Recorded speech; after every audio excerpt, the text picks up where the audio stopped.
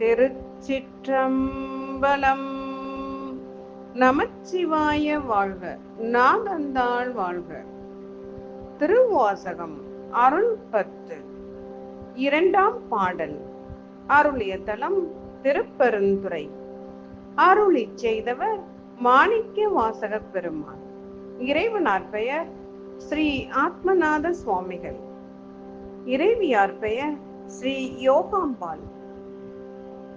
திருச்சிற்றம்பலம். நிறுத்தனே நிமலா நீற்றனே நெற்றி கண்ணனே விண்ணுலோர் பிரானே ஒருத்தனே உன்னை ஓலமிட்டு அலறி உலகெல்லாம் தேடியும் காணே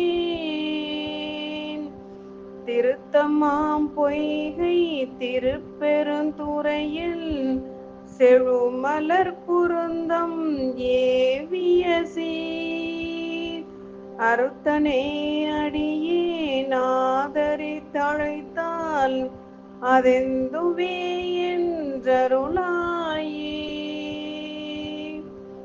நிறுத்தனே நிமலா நீற்றனே நேற்றி கண்ணனே விண்ணுலோ பிரானே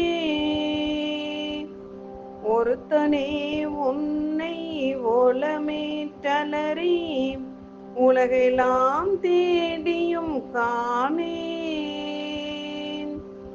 திருத்தமாம் பொய்கை திருப்பெருந்துறையில் செழுமலர் குருந்தம் ஏவிய சீர் அறுத்தனே அடியே நாதரித்தழைத்தால் அதெந்துவே என்றருளாயே.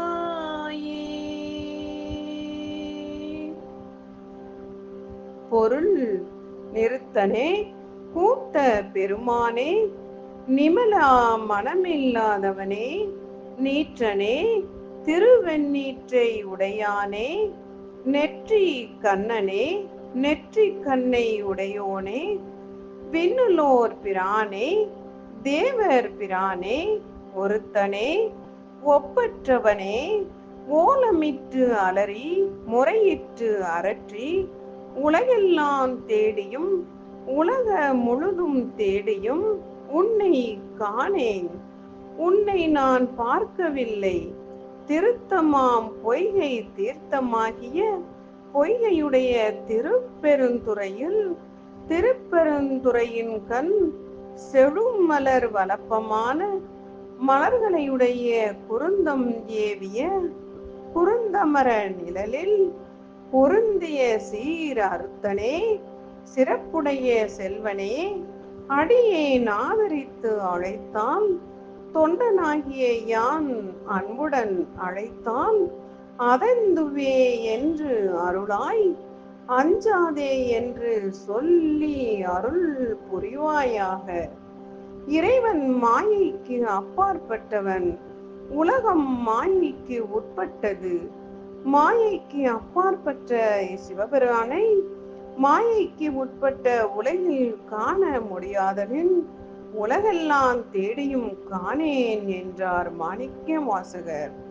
ஆனால் அன்போடு அழைத்தால் அகப்படுவான் என்பது ஆதரித்து அழைத்தால் அதெந்துவே என்றருளாயே என்பதால் புரிகின்றது.